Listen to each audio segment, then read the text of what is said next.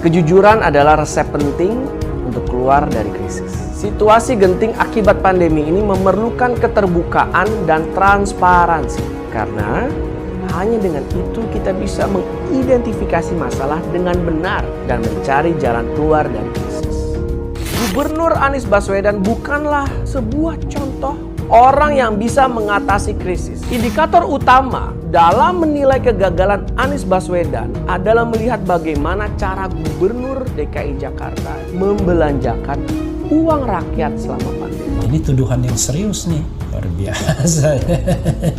Kalau nama Anies Baswedan diganti Jokowi, kira-kira Giring setuju nggak? Kalau yang mengkritik itu anggota DPRD DKI dari PSI, make sense. Kalau yang mengkritik itu katakanlah ketua DPD DKI PSI, ya, make sense juga masuk. Tapi kalau partai yang mengkritik itu langsung ketua umum itu counterpartnya adalah Presiden Republik Indonesia. Jadi jangan rendahkan diri hanya untuk mengevaluasi seorang gubernur ya. Sekali lagi, that's dinamika demokrasi ya. Aneh juga ketua umum PSI which is adalah partai nasional ya, justru concernnya kepada gubernur DKI loh. Kenapa tidak mengkritik presiden? Ya maksudnya sangat jelas ya, yang namanya kebohongan itu adalah perbedaan antara apa yang dijanjikan dengan apa yang diberikan. Jadi pada saat kampanye itu yang dijanjikan adalah rumah DP 0%, kemudian menjanjikan naturalisasi sungai, bukan naturalisasi sungai yang seperti apa, bukan lapangan pekerjaan lewat OPOC, tapi justru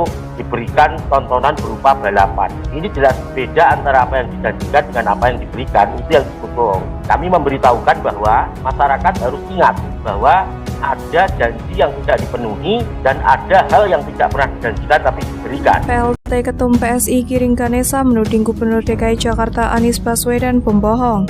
Pura-pura peduli dengan masyarakat yang menderita akibat pandemi COVID-19.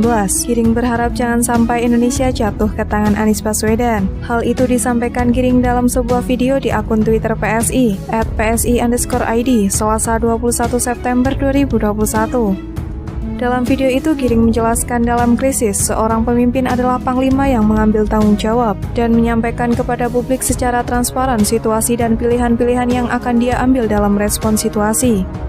Gubernur Anies Baswedan bukanlah sebuah contoh yang bisa mengatasi krisis. Indikator utama dalam menilai kegagalan Gubernur Anies Baswedan adalah melihat bagaimana cara Gubernur DKI Jakarta membelanjakan uang rakyat selama pandemi, kata Giring.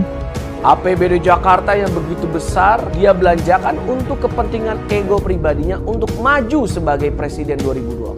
Dia mengabaikan tekanan rakyat yang meminta dia membatalkan rencana balapan mobil Formula E dan mengeluarkan 1 triliun uang rakyat untuk acara tidak berguna itu. Uang muka dan jaminan bank bagi penyelenggaraan balap mobil Formula E dibayar Anies pada saat pemerintah secara resmi mengumumkan negara dalam keadaan darurat karena pandemi COVID-19. Giring kemudian menuding APBD Jakarta yang begitu besar dibelanjakan Anies untuk kepentingan sebagai calon presiden 2024. Anies dinilai mengabaikan desakan masyarakat untuk membatalkan rencana balapan mobil Formula E.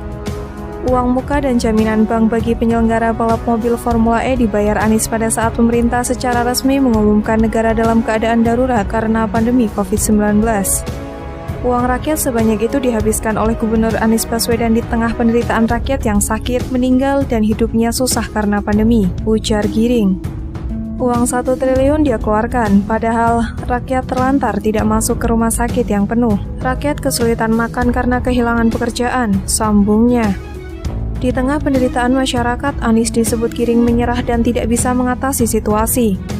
Anies disebut Giring mengaku tidak ada dana untuk mengatasi COVID-19 dan meminta pemerintah pusat mengambil alih penanganan COVID-19 Jakarta. Pura-pura peduli adalah kebohongan Anies Baswedan di tengah pandemi dan penderitaan orang banyak. Rekam jejak pembohong ini harus kita ingat sebagai bahan pertimbangan saat pemilihan nanti di 2024. Jangan sampai Indonesia jatuh ke tangan pembohong. Jangan sampai Indonesia jatuh ke tangan Anies Baswedan, ucapnya. Sebelumnya, Anies digadang-gadang akan maju ke Pilpres 2024 bersama Sandiaga Uno. Mesin politik Partai Keadilan Sejahtera atau PKS mulai dipanaskan. Meski pemilihan presiden 2024 masih 3 tahun lagi, PKS mulai menggadang-gadang duet Anies Baswedan dengan Sandiaga Uno. Uang rakyat sebanyak itu dihabiskan oleh Anies Baswedan di tengah penderitaan rakyat yang sakit, meninggal, dan hidupnya susah karena pandemi.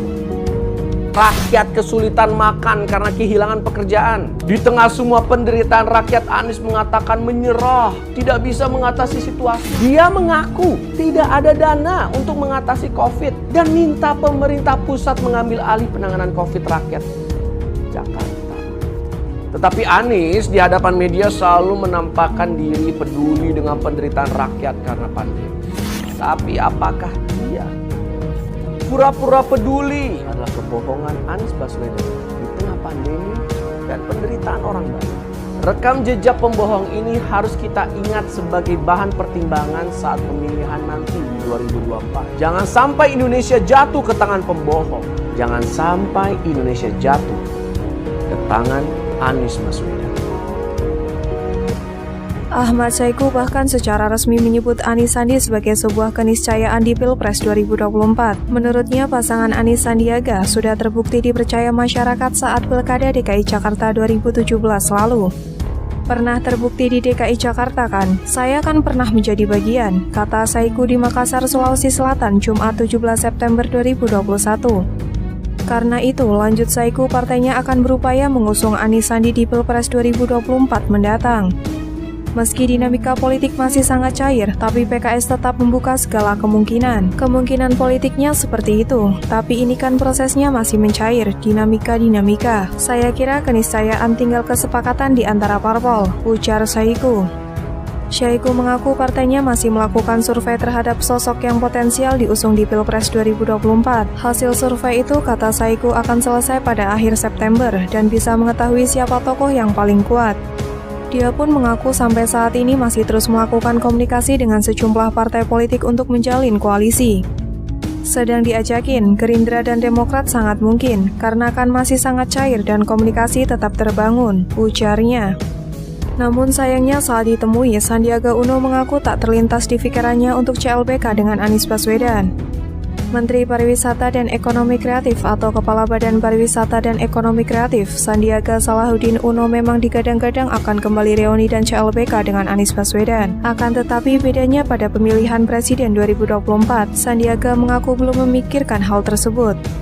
Ini pontang-panting ngurus pariwisata dan ekonomi kreatif, Ibu Bupati dari tadi pagi sama saya. Saya betul-betul kita ingin berjuang buat 34 juta lapangan pekerjaan sektor pariwisata dan ekonomi kreatif. Saya pengen fokus di situ, ujar Sandiaga di Banyuwangi, Jawa Timur, Sabtu 18 September 2021. Sandiaga mengatakan rekan-rekannya di Kemenparekraf selalu mengingatkan dirinya untuk mencurahkan seluruh perhatian dan fokus pada tugas kementerian. Jadi dia tidak terlalu memikirkan untuk kembali CLBK dengan Anies Baswedan. Dan saya yakin memang cerita-cerita romantis itu menjadi sangat populer Ibu Bupati. CLBK, cinta lama bersemi kembali gitu ya. Ya romantis balikan sama dia. Tapi saya tidak terlintas sama sekali. Saya mau fokus kerja di pariwisata dan ekonomi kreatif. Karena begitu banyak, begitu peliknya masalah yang kita hadapi di tengah-tengah pandemi dan tantangan ekonomi, ujar Sandiaga.